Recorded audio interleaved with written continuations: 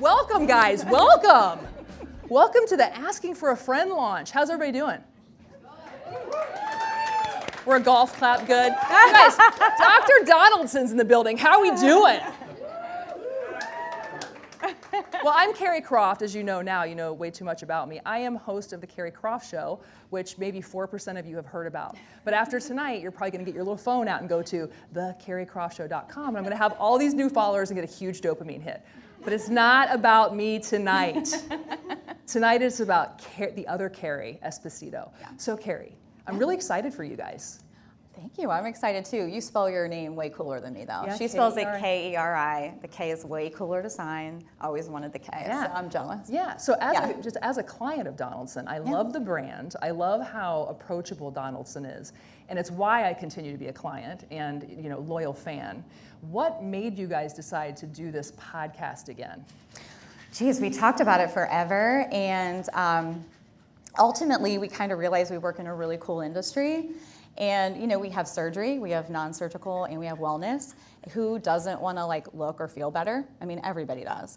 So when you'd go out to dinner or go out and say where you worked, I work at Donaldson, the questions just started firing off, right? And there was an energy around that. So we kind of wanted to capture that energy.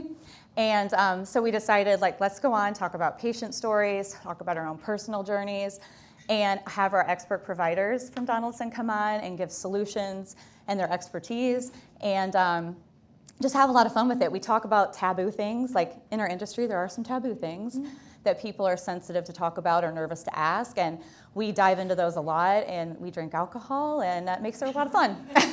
Well, I think the intersection of the functional medicine and the aesthetics, I think you guys do a beautiful job of that. And I think there are topics like the JJs and titties and all these things, we can't say these things. Labiaplasty. All these things, right? But this is life, sex, how many times are we having it, and is it good, yes or no? Yeah. So the fact that you guys are bringing this up in a forum that is a safe space for everybody to feel like they can actually ask the question, I think it's incredible. So thanks for having me. 1,000,000%. We're happy to have you. Yeah. You kill it. So definitely go follow her. She's amazing. So you do a great job. Thank you so much. You do a great job.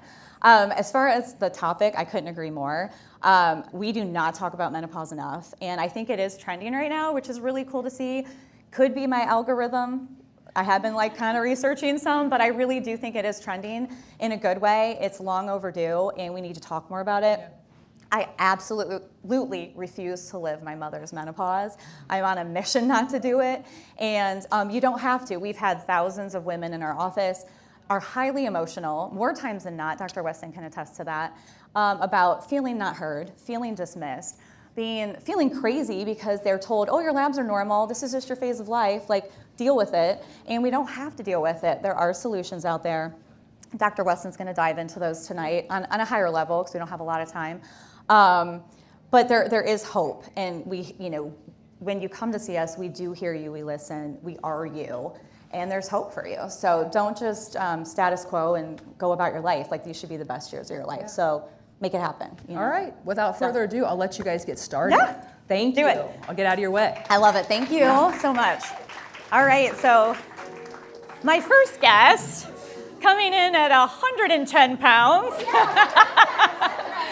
is my partner in crime, Dr. Marguerite Weston, who most of you probably know as our functional provider. And then our very, very brave couple is Kim Ebert and Chris Ebert. Kim owns, come on up. They're very brave, so thank you. But Kim owns KP Designs in Columbus. It's an interior design firm. And then my brother owns Ebert Family Dental, so he's a dentist. And yes, he is my brother, and she is my sister-in-law. So they must really love me. And I promised a really good Christmas gift this year. So we'll see how it goes. And I always say Chris isn't really a doctor, he's just a dentist. So, so here we go, guys. Are you ready? Ready. I love it. I love it. So we're going to obviously talk about sex, drugs, menopause. We're going to do it backwards. We're going to do menopause, drugs, sex. We'll kind of loosen up for the sex talk. And we have these for a reason. When we met to make sure they were cool with the topics, we thought we need a safe word. So pineapple it was. So, if anybody is kind of like, I'm done with this topic, we're just going to hold it up. you guys feel free, if anything resonates with you, hold it up. Like, yeah, I totally get that, and that's amazing or great information. So we want you to interact and make it fun. So I also like to start with a game. I've done it a couple times on the podcast. It's called This or That. Kind of like loosens things up and gets people involved, which will be cool in this dynamic. But basically, I give 2 words, and in researching menopause, I realized that I had 3 columns of symptoms that were just crazy and sad and weird. And so I thought, well, we'll do this and that. I'll give 2 menopause symptoms, and you pick which one, if you had to pick one, would be the lesser of the 2 evils if you had to pick, okay? So we'll start with, they're pretty funny actually. Acne or facial hair? Ew. Who are my acne people? Facial hair? What we want? You have to pick one of them. You Yeah, have to pick I one would of them. want Yeah. facial hair. Like that you would want. I'll pick acne. Anxiety or depression? Oh. Who's my anxiety people? Anxiety. I'm anxiety, I think. Depression? Look at it. You're just being, okay. What? I love it. Keep it coming. Got it. Okay, fatigue or brain fog? My fatigue people She has both. She says and both. my brain fog people. I take it. And then this one was really a sad one. Loss of joy or loss of confidence? Which one do you prefer? Who are my loss of joy people? Loss of confidence? Probably, yeah. Neither? What are you, Ebe? Confidence. I call him Ebe, by the way, so if I say that. Gas or body odor? Who are my gas people? I think I'll be gas. Body odor people? And I think all of you are none of the above because nobody's like crazy. And then vaginal pain or incontinence? Oh, vaginal pain. Vaginal pain? I would probably be, I think I'd be vaginal pain too. I don't think I want to be peeing my pants all the time. Awesome. Well, thanks for playing. And so, Chris, let's start with you. We wanted to get a male perspective because, it is, it's a large part of women's lives, and that's why it's so frustrating that we don't talk about it more. But what's your description of menopause from your perspective of what Kim has experienced? It's a challenge. How? Kim's been pretty good. I mean, she doesn't really have too many hot flashes. She was low on estrogen. Is that part of the menopause process? So she tried the estrogen patch, and then that was a little chaotic. And then you're walking on eggshells, and then the menopause you have, we'll get into the sex part, but you got the dryness, the Sahara Desert thing. Awkward, but, True. So, yeah, it's true. And so, it just kind of puts a little crimp in some things once in a while. But I'd say her symptoms weren't as bad as some. She's not crying. She doesn't, go off the handle too much. You just walk away. Or you drink. So yeah, does menopause affect the men too? Of course it does, because we're sympathetic. We think we can solve all the problems. We can't solve that one, and so you feel kind of inept, I guess, helpless, because you want to help her. But I guess it's challenging, but hopefully it's temporarily if Dr. Weston does her job. Do you think, what has been your experience symptom-wise? Brain fog. Yeah. What's my name? I know. I struggle. That is the absolute worst. Like tonight I was thinking, I know I'm going to forget what I was saying, or I'm going to stop. And it is sometimes debilitating. Like when you're in a meeting and you're talking, I'm like, what word am I thinking of? Or what the hell was I just saying? That is my biggest thing, is the brain fog. So from someone who's going through it as well, I know you're experiencing a lot of symptoms. It's very frustrating. And sometimes our wick can be a little short, what is something like Chris does that just annoys the shit out of you, like because you're in menopause? We How only much have- time do we have? Yeah, we only have 45 minutes, but do your best. Cliff notes. Probably not. Chris is like, he starts his day at 9 and he's still talking to me at 9:01. And I don't know how he does it. And even tonight coming here, I'm like, oh my God, we have to be there. And he's like, we're fine. So that's probably the only thing. But it just stresses me out. That's not bad. Other than that, See? it's good. Other than that, I'm perfect. Yeah, don't know- he I does don't know if have that's he what does have no pulse. That's for sure. No, but yeah, no. So that is annoying when B you're like, minus. when you're like a type A kind of person. Type A, B minus. Like I think he's like a Z actually. I think you're like a Z. D, probably. Yeah. So let's get to the nitty gritty here. So a lot of symptoms. I know a lot of people out here can relate to them. Why? Why does this happen? So, I mean, I could talk forever on the why, but I think we do need to focus on... I'll pineapple if you go I too know, long. she'll cut me off. She's been Yeah. told that she can stop me from talking. But I think it's important to know, like, the stages, right? So we go through this perimenopause that everybody talks about, and it could be 10 years before menopause, et cetera. And the thing is, like, there's no lab you can test to say you're in perimenopause. It is a clinical diagnosis, and it is literally when your hormones are going awry. So if we're checking them, they might be high, they might be low, they can turn all around. You technically, like the first phase, your cycle might get shorter, and then it can get longer, and then you'll skip cycles. Like, it's when things change for you. So it's important that you have a practitioner you can talk to about that, so that they can talk to you about your symptoms so you know what's going on. So let's talk about like what's supposed to happen, right? So every month, this is your anatomy lesson, every month your brain sends signals to your ovaries that says like, hey, it's time to make some follicles. That's called the follicular phase. It's really quite simple. It sends a hormone, FSH, follicle stimulating hormone, sends it to the ovary. It's like, time to make follicles. So the ovary makes these follicles.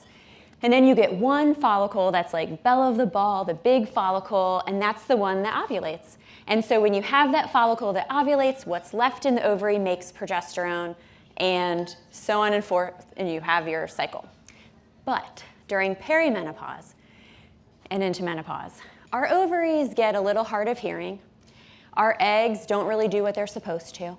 So our brain tells our ovary, hey, it's time to make some follicles, and the ovary's like, not listening at all. So then the brain has to send more signal like, hey, I said time to make some follicles.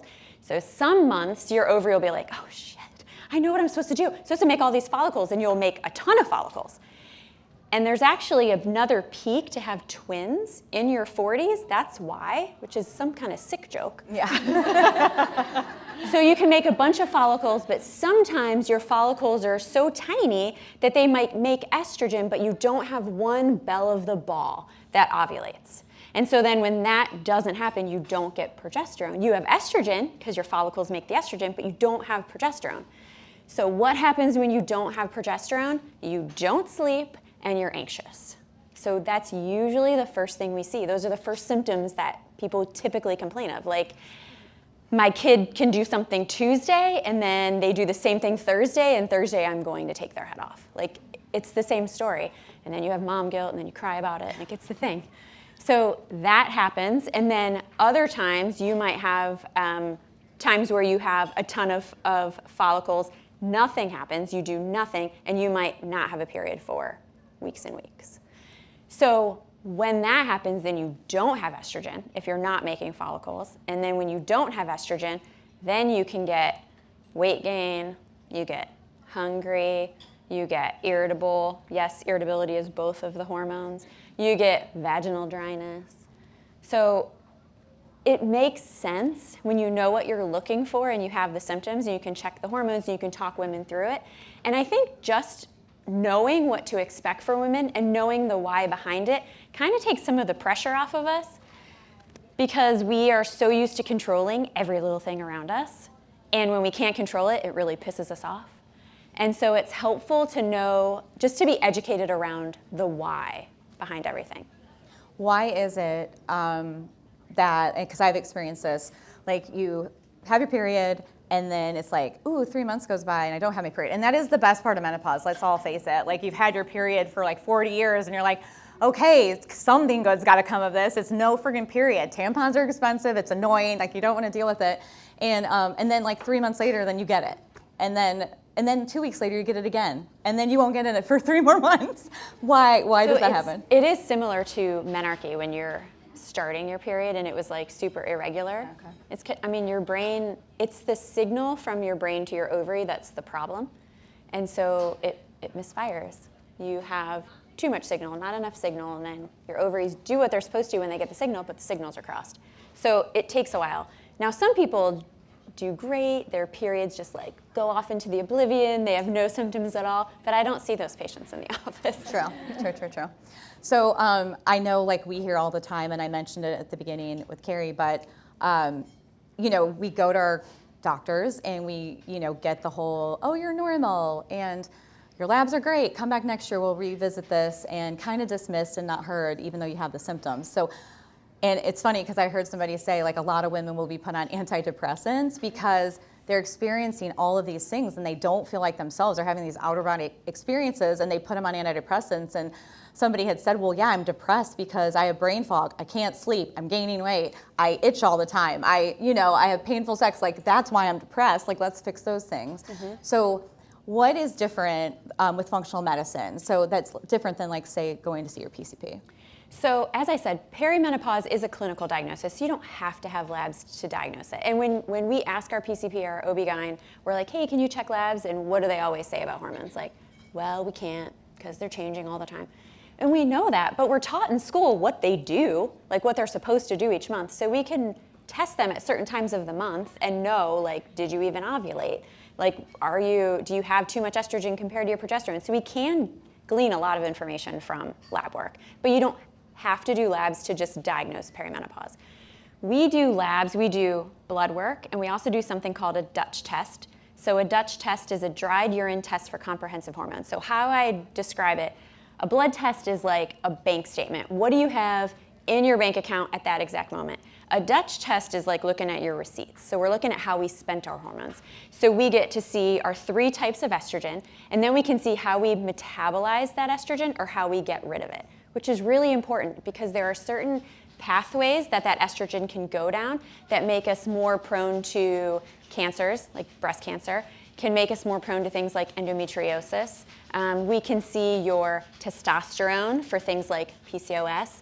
So a Dutch test is a deeper dive into your hormones. The other thing we get with Dutch tests, which I know we're not talking about today, is cortisol. But cortisol definitely plays a role in menopause. So we get to see how much cortisol you make over a day, and then also what your pattern of cortisol is through the day, because it does follow a pattern. And if you can have enough cortisol, but if it's just flatline through the day, you're going to feel like crap. Yeah, same. Flatline. Yeah, same. There you go. Mm-hmm. How is it connected to menopause, cortisol? So the way we were always taught, like cortisol comes first and then thyroid, which I know we're also not going to talk about, and then sex hormones. Yeah. So like one interacts with the other. So cortisol is kind of like one of the root causes. You had the low cortisol. What else did those test? Because I know you did the testing, right? What else did you discover? Low estrogen, low testosterone, low progesterone. I mean, it was a shit show. It's always low. It was. I did not tell her it was a shit show. Yes, I mean, It's I could read it in your face. It's going to be a long appointment. I just had the same thing. Like, my biggest symptoms were fatigue, weight gain, insomnia was terrible, and brain fog. And my Dutch test was the same. I think my estrogen was actually high. Yeah. My estrogen was high. My progesterone was low. My testosterone was low. Courtney would know all this too. There you are. My cortisol was like below the line. That's how mine was. But I know it like stinks to see that on paper, but it's so liberating because you go and you get your results, and for once it's not, oh, everything looks normal, and you're just so deflated. You're hearing, oh, look, this is really low. This is why you're feeling this way. And this is really high, and this is why you're feeling this way. And it's even though it's like, okay, well, I have some things going on that aren't the best, but at least you have answers, and then you can then work to fix them. So. I think that's one of patients' biggest fears is that they're going to come in and I'm going to say everything's normal. Yeah. Like when I tell them it's not normal, they like get teary. Yeah. They're so excited. 1,000,000%, because that's all they've ever heard. Mm-hmm. all they've ever heard. Running ahead. So you said thyroid's a big part of it too, and then someone's diagnosed with Hashimoto's, and the thyroid isn't performing as well, then you get that added factor too, and I'm sure that complicates things a little bit more too. Does the It thyroid does, affect like- those sex hormones? Yes. Oh, okay. Yeah. And so it's, I always tell patients, hormones, like the definition of hormones is they are messengers that give signals. So like it's impossible to have an abnormality in one hormone and it not affect downstream hormone. It's like a game of telephone. Like you can't, I'm never just gonna see you and be like, well, your only problem was cortisol. Everything else was like tip-top shape. Like that doesn't happen because they all interact. And that's why people are like, oh, I felt really good until, right? Like I felt really good until I hit 40 or until I hit 50 or until I was sick with this, or because everything's connected. It's not because it just happenstance. Everything went to, hell when you turned a certain age or you went through, yeah. So as far as medications, because I think that explains a lot, because when you actually can start treating, whether it's with hormone replacement therapy or whatever you want, supplements or whatever you're doing, it takes a minute to get like what works for you, because your hormones are constantly going like this. So talk a little bit about like the options that are out there that can help us, that we don't live our mother's menopause, that they really didn't get to enjoy like we can now, and like what they do, how they help. And so I think we do try, and some of it depends on age too, but we do try to start less aggressive, a little more conservative. We talk about lifestyle things, which I'm sure we'll talk about. And then we move to supplements if we need them, and then we move to hormone replacement therapy. Now, if someone comes in miserable, like they're not sleeping, I mean, I've had patients come in and they're like, you're gonna need to fix me or my husband's going to leave me. Those ones I skip. Yeah, we'll still talk about lifestyle, but I'm skipping it all and we're going straight to hormones. But, so you have all of these options, and I think you need to remember that you're an advocate for your own health. So if you're someone who like hormones scares the living daylights out of you, tell your provider that, and then, I mean, we want to give you the risks and benefits so you can make an educated decision, but at the end of the day, it's your health, and so we're on your side. Like whatever you decide, if you're like, listen, Marguerite, I'm not doing any hormones, awesome. Here are your non-hormonal options. But if you want to know like risk benefit, everything about HRT, we want to provide that for you. well, let's dive into it. What are the risk benefits of HRT? Okay, so HRT, so Hot hormone topic. replacement therapy. Usually when people say HRT, they mean estrogen and progesterone. We'll usually think of like all of the hormones, so thyroid and estrogen, progesterone, testosterone when needed, so all of those things. HRT, the reason you have the symptoms is because you have low hormones. So if I give you hormones, usually fixes the problem at the root cause. So not everybody can have hormones, but a lot of people can. I think that hormones got a bad rap in the early 2000s. And so we went from most of our postmenopausal patients having hormones to the WHI study in 2002 to no one having hormones. And now we're starting to swing back. So I think it was like 20% of the population who could have it had it prior to WHI, and then it was none. And then it was 4%. Now we're at 4%. So like it's coming back. So it's important to know the facts about HRT. So HRT is very safe in the right people. I would say in general, most bodies, so the American College of Obstetrics and Gynecology, American College of Cardiology, American Family Physician, like everyone agrees that within 10 years of menopause and under the age of 60, the benefits almost always outweigh the risks. We know that. So what are the benefits? The benefits are no hot flashes, brain fogs, your vagina's great, like all these things. But also heart health, brain health, bone health. And I think we all focus on breast cancer risk, and we're all real scared of breast cancer, and I get it. But I just want to tell you that the chances over the age of 65, the chance that you're going to die 2 years after a hip fracture are greater than your chances 10 years after a breast cancer diagnosis. That's a big difference. We're pretty good at treating breast cancer. And I'm not saying breast cancer is not a big deal. It is a big deal. Hormone replacement is not for everybody. But you do deserve the conversation, and you deserve to know what the risks and benefits are, because there is a window of time that it is more beneficial than others. And by not doing it, because I think sometimes we get paralyzed and so we don't make a decision, but not making a decision is a decision not to do it. Because you're going to have a harder time getting someone to prescribe it for you after the age of 60. Not that it can't be done, it can, but it's a little tougher. Well, and I found it interesting because I kind of researched that study that you mentioned, the 2002 study, and they actually, it came out, well, they did it because they did a smaller study that showed that it decreased women's chance of heart disease by 50%, and heart disease is like way outweighs breast cancer as far as like the death rate for women and things like that. It was a much scarier thing, and that was just so crazy to think about, like lowering something by half. And then they did the larger study, which then it came out that, oh geez, the breast cancer issue, but they weren't looking at the right ages. They were looking at the older women. So it kind of skewed the results, which I thought was really interesting and kind of a bummer because then people didn't get to There are like several decades of women who now have horrible osteoporosis because they were not given HRT. So what they did was they compared people who went through surgical menopause, so they had their ovaries removed at the age of 45, and compared those to women who went through natural menopause, which is around age 51, and they looked at the difference in cardiac health, and it was significantly different with the people who went through menopause at 45. So we know that if we start hormones earlier, it is protective for the heart. That's common knowledge. Like that's for sure. So I know it can come in like a lot of different forms, HRT. So you have creams, you have pills, you have like suppositories, you have pellets, you have shots. Like how kind of talk about like the different ways to administer it. And like I know like mainly I feel like we do progesterone, testosterone, and estrogen, seems to anyway. So. So we use topical estrogen. We use a patch or a gel usually. You can use oral. Oral increases your risk of blood clots, not by a ton, but it does increase the risk. So if I have the option, I'll choose to not. So we use topical, usually a patch, because you can go through your pharmacy and it's super easy to do a patch versus other, like a cream or whatever. So we use a patch usually. If people are like sensitive to the adhesive, we'll use a gel. The reason that we'll use a patch and a gel before we use a cream is because the patch and the gel have been studied, especially with bone health, and so that's why we do those first. Creams would be next, but the studies just aren't there on the creams. Not that it shows that it doesn't work, just that they haven't been done. Progesterone, we typically use oral because it needs to cross the blood-brain barrier in order to help with sleep and anxiety, and usually that's why we want it.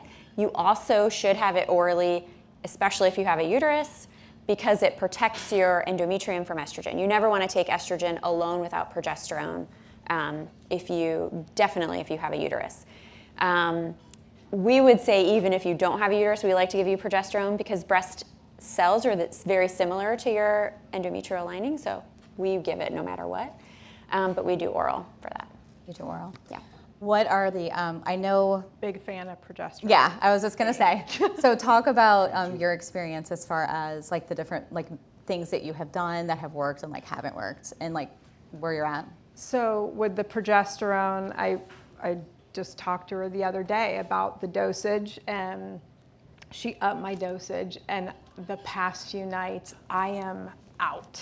I mean, he said he got up last night and got a drink of water. I'm like, I didn't even hear you. I was out. And right before that, I was still having a lot of problems sleeping. So absolutely amazing. You have been years of problem sleeping. Years of problems. But I never thought, oh, this is perimenopause. Like I just never put the two and two together. And I always had the ad, oh, well, that's not gonna affect me. But it did. Yeah. And I mean, I went years of like not sleeping and just thought, oh, it's just the time of my life. And you know, I just, know. right. I have a lot on my mind. Right, exactly. Like, oh, I'm just busy. But yeah, that has been a game changer. The testosterone we're still kind of playing around with. The estrogen, I totally trust Dr. Weston. I did have a little issue with it at first.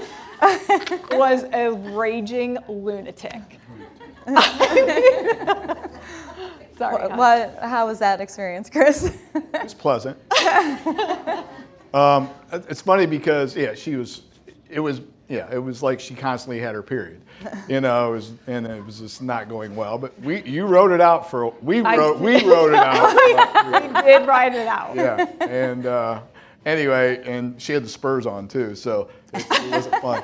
But another thing, when, I get educated too, because she wasn't sleeping and she's popping the melatonin and all this, and she's waking up like she's groggy, and I got to deal with that.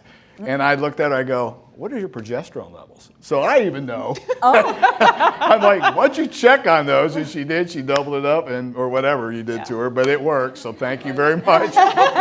Wife's good again. But that's the type of stuff we got to deal with too. It's like, here we deal with psycho. You're such a trooper. Such a trooper. I'm a trooper. It's all about me. It is. Well, yeah, let's make it about you. So menopause, My vagina is fine. No dryness. So, you're older, and what has been your experience getting older from a male perspective? And I know, because I know you, but and I think that is important because, men do, sadly, it's way later than we age because we did that whole thing on our podcast, but you do experience things, and what have you done to? We kind of go through our own little menopause too as we get older. Not like, vaginal dryness or anything, but, as I'm a diabetic at 62.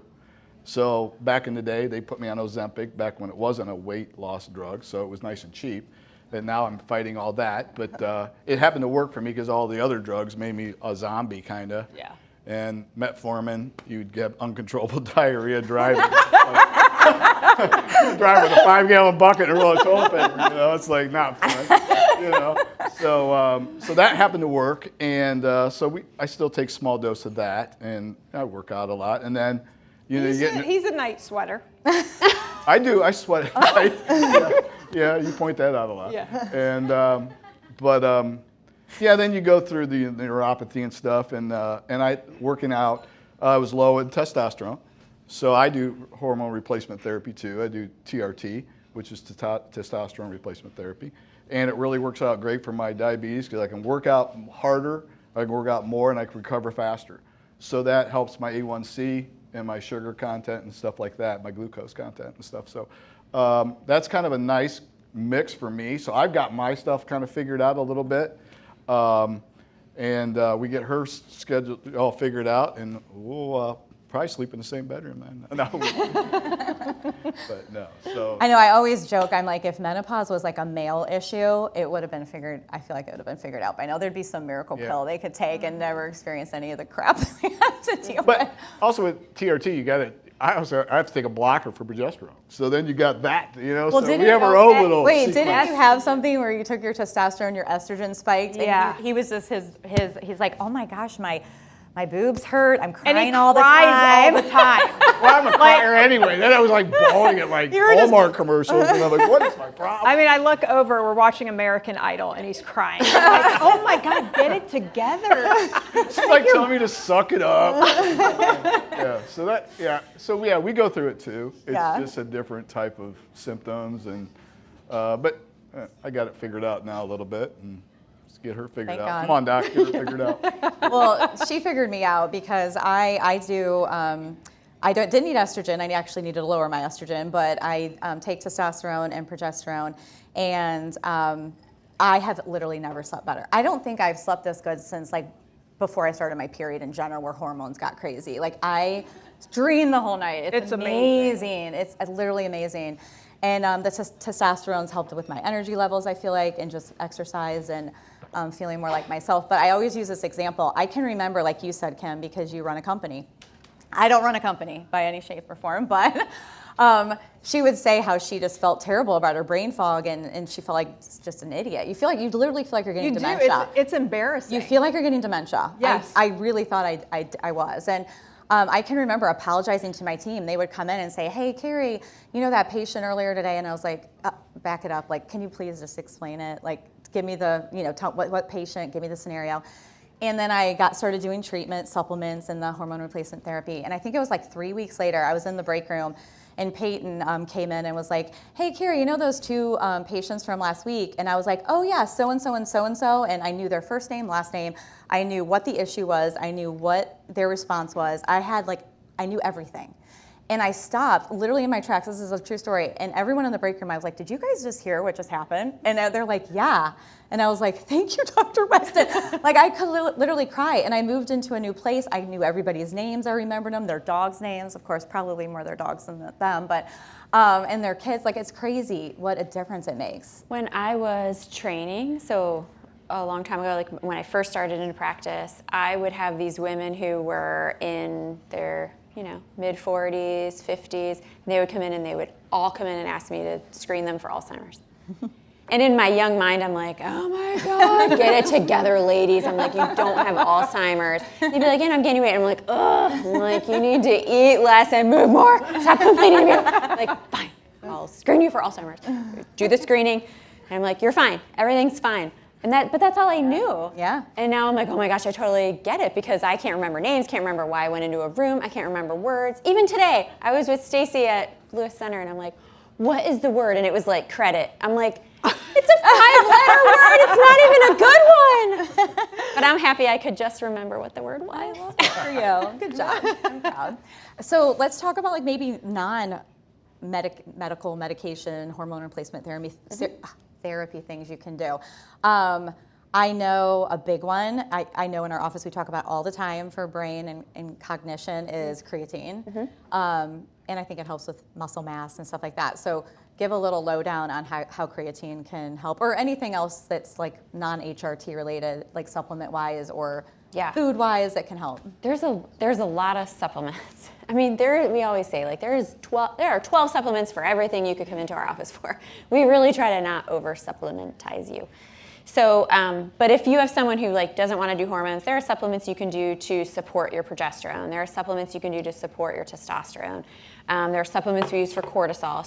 So all of those things are, and you always hear, well, if I have hot flashes, I can do like the black cohosh and the rhubarb and yams. And yes, you can try all of those things. Super safe, you can try those. And they work for some people, especially at the beginning stages, I think. Especially because sometimes like you'll get the hot flashes for like a week or two and you won't have them for a while and you'll have them again. That's when those things can be helpful. And then as far as also, so I don't forget, there are plenty of pharmaceuticals we use that are non-hormonal to help with things. Like there are things we use for hot flashes. You can use antidepressants. You can use gabapentin is another one I use if people have like hot flashes and sleep issues. So we're not anti-medicine. Like there are plenty of options you can use. I know we'll get into the sex part, but like there are medications for that too. You just need to ask about it. And then as far as lifestyle, honestly, it's a healthy lifestyle. It's making sure you're moving, making sure you're exercising. One of the biggest things that happens is that over the age of 35, we're losing our muscle mass. So when you lose your muscle mass, it changes your metabolism. You get gooey, so it changes your body comp. It changes your hormones because fat secretes hormones, muscles secrete hormones, and lo and behold, the muscles secrete the better hormones. So trying to not lose your muscle mass, and I tell people, like, if you're not doing anything, you're losing your muscle. You have to be proactive. So lifting the weights, not these wussy weights. I see girls at the gym and they have like 15 pounds and they're doing squats. Our legs are very strong, ladies. We'd carry multiple children that are a lot of weight on our hips and we would bend down with them and do stuff. So get these 15-pound weights. No, you can squat with more weight than that. Like you have to challenge your body for that. So that's one thing we do with muscles. And then in order to build muscle, you have to eat protein. Fiber is a huge thing because what's the first thing you cut out when you gain weight? Carbs. And that's where most of our fiber is, so we don't get enough fiber then. So being intentional about what you're eating, moving, all of. Is there a certain diet that is beneficial during like that season of life? So we try to personalize diet. Okay. Like if someone is struggling with metabolic health, it's going to be different. If someone's struggling with like cholesterol, I would say in general, more of a plant-based diet with plenty of protein and fiber is what's most beneficial. Gotcha. You don't have to be vegan that's real hard for people to do, but a lot of plants. Like you should not be eating meat multiple times a day. Gotcha. Like you should get a lot of your protein from plants as well. So I want to get your perspective, Kim. Like what do you do? Because you look amazing and I know it's a big focus for you. So what have you found, success doing and what has worked for you? I mean, for a while, I did not eat meat because I actually did a fitness competition a long time ago. And I think between chicken, tuna, and beef, I didn't ever want to see it again. So now I'm back to, okay, we try to get like grass-fed beef and like the good stuff. You just eat off my plate. I do eat off his plate. But no, I really do try to eat a very balanced diet. I was just actually talking to Carrie, if she's still here. I do a juice cleanse usually every 6 weeks for like a 3-day juice cleanse. And it is huge for my stomach. As Colleen knows, I have those issues too that we're dealing with.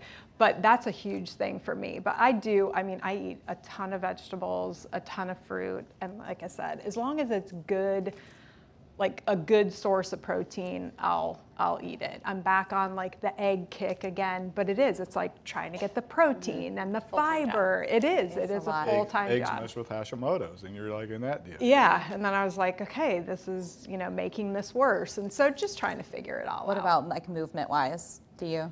I move as much as I possibly can. So weight training 3 days a week, heavy, but then I also do yoga and Pilates because I think that's such a good balance. But I mean, I even do like the journaling and kind of getting your day started off on the right note and, prayer. And, I really do try to do all the things. Even though my morning routine, I'm like, oh my God, I can't get up any earlier just to get my morning routine done. And I'm not getting up any earlier. No, you're not getting up. But I really do try because I want to be healthy. Like Carrie said, not being your mother's menopause. Like I look at my dad, he is 82 years old. He walks a ton, he rides his bike, he does body pump class. I'm like, Pickleball. Yeah, pickleball. I'm like, you're my mentor as far as like the health, what he does for his health. Yeah. So, Chris,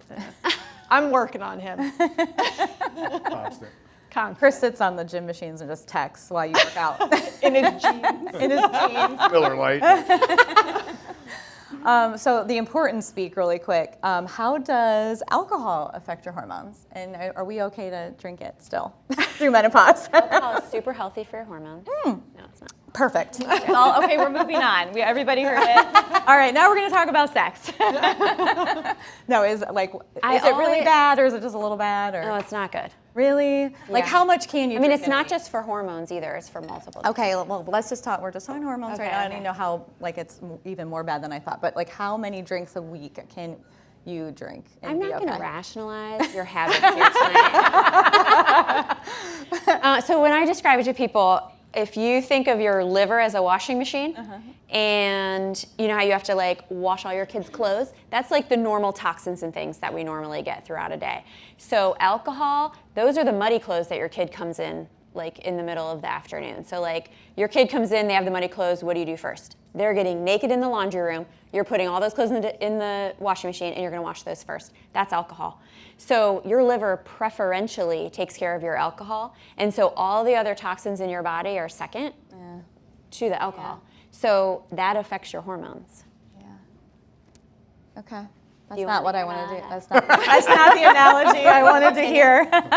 All right, so let's get on to sex. So, And sex. Alcohol leads to sex. We all Transition. know it. So it's a little bit of a taboo topic, but we're going to talk about it. We talk about it all the time. And so I always say this, and I truly believe it. And I don't know if I heard this or this was just my own epiphany. Maybe I'll claim it. take it. I'll take it. But it's so true. Sex is so important. I know we like joking about it, but it is. It is the only thing that differentiates your relationship with your partner from any other relationship that you have. And it's intimacy. It doesn't have to be sex. It's intimacy. I think intimacy is even more important than the sex part, because the sex is only good if the intimacy is good, right? And so I just think it's so important, and I don't think it should be trivialized. And I think it should be a huge focus in a relationship, because without that, you're no different than my relationship with you or you or you. That's kind of what separates everything. So the two of you, my lovely couple over here, what has been your experience through this phase with that, and what do you guys try to do to work through it? What do you call me? Sahara. The Sahara. He said the Sahara. The Sahara. Sorry. As in the desert, As- dry. Yeah, she's going through the dry spell. Well, we Dr. Weston said there's lube for that. Yeah. Everyone's getting Yeah, it. just found that out. Come on, doc, throw me a bone, or lube. But anyway, yeah, it's kind of weird as you get older because as you're younger, you can be really spontaneous. And the big question was describe your sex life, and I'd be right now it's non-spontaneous because you have other issues you got to work around to get to that point. And so it's a different change, and then when you're going through that change, you don't get it, and you're frustrated, and you don't want to talk about it. You feel inept. Maybe she does, or I do, because I'm going through my issues with with the neuropathy and stuff like that. So we both have issues going on, and a lot of people do. And as you get older, it was kind of quiet and awkward, wasn't it? And then it was with me. It was with me. But now we just laugh. We do laugh We about it. laugh about everything. So now it's real light. It's like we just kind of we just have fun with it, and it really works out great. And it's fine now. It's just you have to kind of plan, and but that kind of makes it really cool though. Right, we're both working on our issues, but we can laugh about it. Yes, and then when you do plan it, it kind of makes it really cool. So and it's awesome. But it's just different because, when you're younger, it's just like, let's go, Now it's like, whoa, I'll be right back. Where's the lube? Not ready yet. Where's Coconut oil, the lube. Yeah. But we don't have lube yet, Dr. Weston. That's do the, have that's lube. the, We that's have lube. the She's got other premier. lubes, Yeah, so. that's the premier plan. We Yeah. get the lube in the premier plan I with just Dr. signed up. Weston. That's the big bucks for the lube plan. So I like to talk about this too because as women, and again, taboo subject, but sex is important, and I think the focus is a lot of times on men, and when it comes to sex and like their experience, and a little less on women, and I think we do that to ourselves a little bit. And so obviously, men have orgasms a lot easier than women do, and I know there's kind of a little bit of a science behind that, but that needs to change. And I think as you age, another good thing about aging, not really menopause, but you do get more comfortable in yourself, and I think you have more intimate relationships that are meaningful and go to a deeper level because you're just more comfortable in who you are. And in turn, the intimacy and then the sex is better, and in turn the orgasms, happen a little bit easier when you have that more of that connection. So talk a little bit about female orgasms, Dr. Weston, and if you want to take a drink, go ahead. Watch your liver. So yes, men can literally like a strong breeze, and they're good. Women need a little bit more fine tuning. So for the men in the audience, there aren't many, but you can take notes if you want. But everyone always talks about the clitoris, and it's like on the outside, it's just a tiny little guy, but I should call her. She's actually much larger than she looks. I mean, she goes back and she's big. She's good sized. And so it's important to advocate for yourself when you're in that situation. It's also important to know that only 20% of people can have an orgasm vaginally. So you do have to pay attention to other areas besides just the vagina, men. And also, it takes like 6 minutes for our vagina to elongate in order to receive the penis. So that will help with pain if we give ourselves some time. The problem, ladies, sometimes, is not the libido. It's that we don't give ourselves the 6 minutes to let ourselves relax and let the vagina lengthen. We have a to-do list, and we got stuff to do, and we got time to do it. And sometimes it's not libido. Sometimes it's that you're not giving yourself the margin that you need through your day to actually have relations. It makes me sound really old. To have relations with your spouse. So I think libido, people come in and they're like, well, my libido's, it's awful. And then when you really start talking about it, because we don't usually just end it there, we ask more questions about it. When you get to the heart of it, like, if a woman says, well, once we get going, I want to have it and it's good, that's usually how it's supposed to happen. So like that's not libido. And I had one woman say like, well, I just want to like come home and want it. And I was like, I don't know if I can do that. We're going to manage expectations. But that, I mean, we do have to look at our expectations. So, you know, do you not want to have sex because you're too tired? Because it's too painful? Because it didn't make your top 10 of your to-do list? Because when you're having sex, you're looking at your nightstand and you're like, shoot, I gotta dust. Very true. I mean, these are the things that go through our heads, and men can just compartmentalize and we can't. But do know that there are things that can help. Like if you're having pain, yes, there's lube, but there's also, you could do vaginal hormones, and it doesn't matter if you're in menopause or not. We have lasers, we have O-shots that you can do in your clitoris, in the vaginal wall, to try to help with blood flow, to try to help the orgasms, because that's another question, like can you have an orgasm? And these are all the questions we talk about. So there are other things you can do, and now there's even FDA-approved medications that you can use prior to menopause to try to help with libido. So we're getting there. We're definitely far behind the men and all the things they can do and how easy it is for them to get them, and the pharmacy pays for, or the insurance pays for it and everything, but we're getting better. Sorry. No, I thought you rocked it. You did a great job. So we're kind of like dwindling down on time, and we want to obviously have some time for questions. So if anyone has questions, we're happy, well, Dr. Weston more than likely is probably happy to answer those for you. Or if you have any dental questions, my brother can answer those for you too. Or interior design, Kim can help you out with that. We also have our whole team here. Yes. So I'm going to raise your hand to the functional team. So we have sex questions, vaginas or Courtney's. Colleen is our dietitian. She's our functional dietitian. And then we have Trisha, newest member of our team, to answer all hormone issues.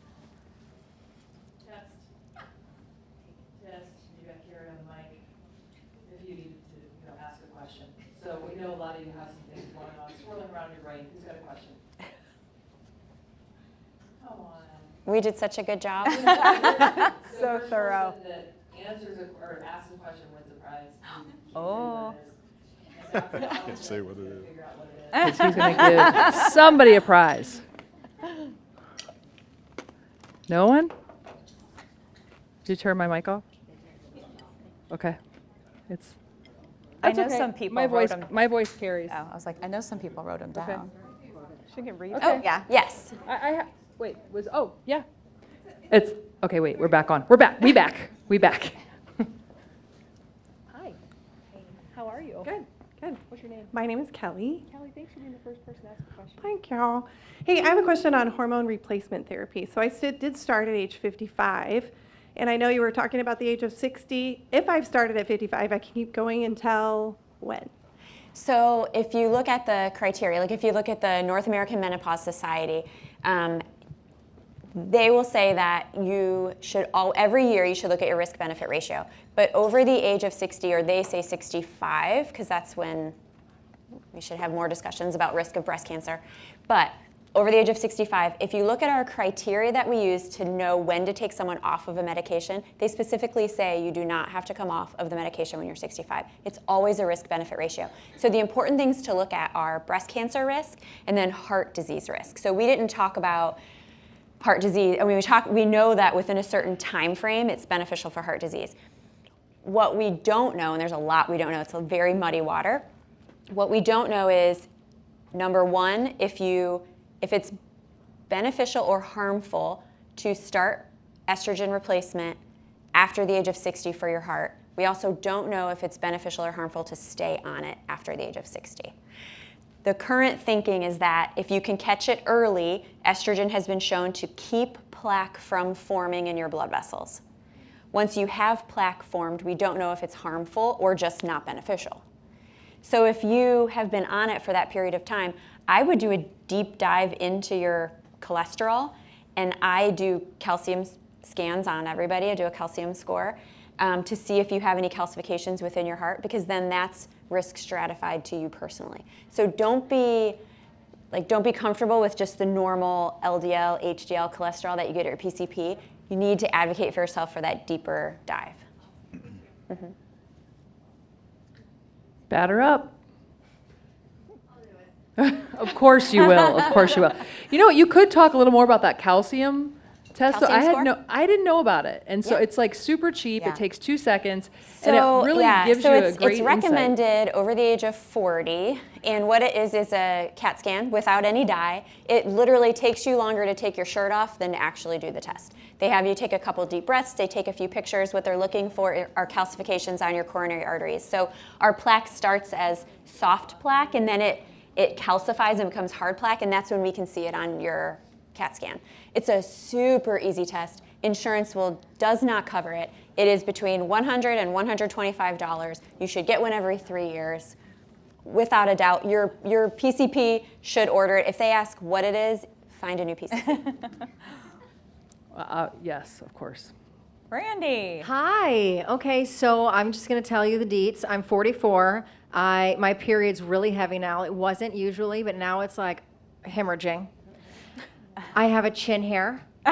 And I have hot flashes sometimes. Like right now, as I'm speaking, I'm having one. I'm going to take this off.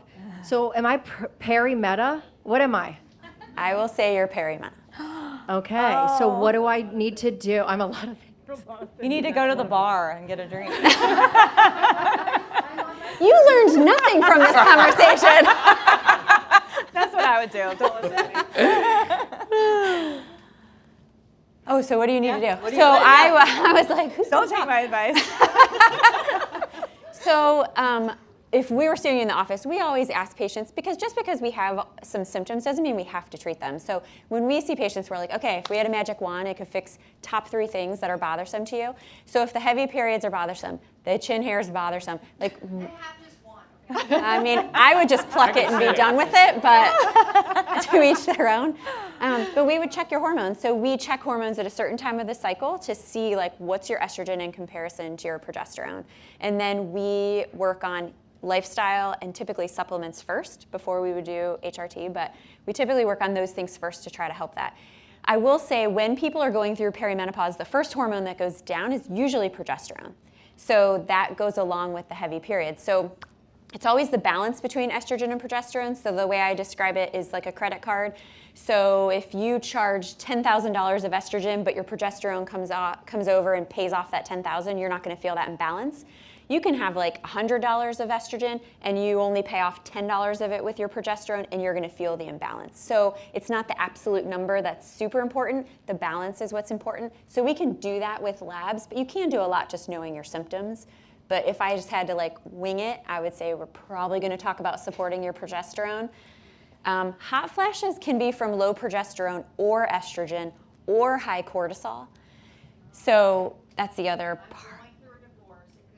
There you go. It Your could be high cortisol is high. Your cortisol is high right now. Maybe you do need a drink at the bar. Yeah. Two reasons. Thank you, Randy. What about the men? Got any questions in here? Anybody? Oh. I just got real excited. So we're talking about menopause, but like fast forward. So let's say we get through menopause gracefully. Do we go back to like wild, spontaneous sex and like all the good stuff? Or like what does that look like as you move past menopause? Yeah, the sex part specifically? You Or can everything? answer any of it. I'll take whatever you got. Come on down. I will say, for the most part, like, and I'm in the midst of, like, I'm not postmenopause yet, but I'm in the midst of the changes. And I would say most of the patients I see that have gone through menopause, and anyone here that's gone through it, and feel free to chime in, but I would say most people say this is a really good time of life. Because they've had their experiences, they're confident, they know who they are, like they don't give a crap what other people think. Like that part of it plays a role. And if we can just get them to not have hot flashes, like just feel good in their own skin, I feel like if you can balance hormones appropriately, they feel like themselves again. And it's just a different season. And you know, every season is scary and not fun at first, but once you accept it and like embrace it, it really is a beautiful season of life. And it's not short, it's like a third of your life. I mean, it should be a good, I mean, when patients talk to me like, well, I was just told that's how it is. I'm like, we're not putting you out to pasture. You're like 54. I mean, you have a long, long life ahead of you. So I think once you get that balance and we get those symptoms under control, most women, they love this season. There's hope. Someone else had a question over here, I think.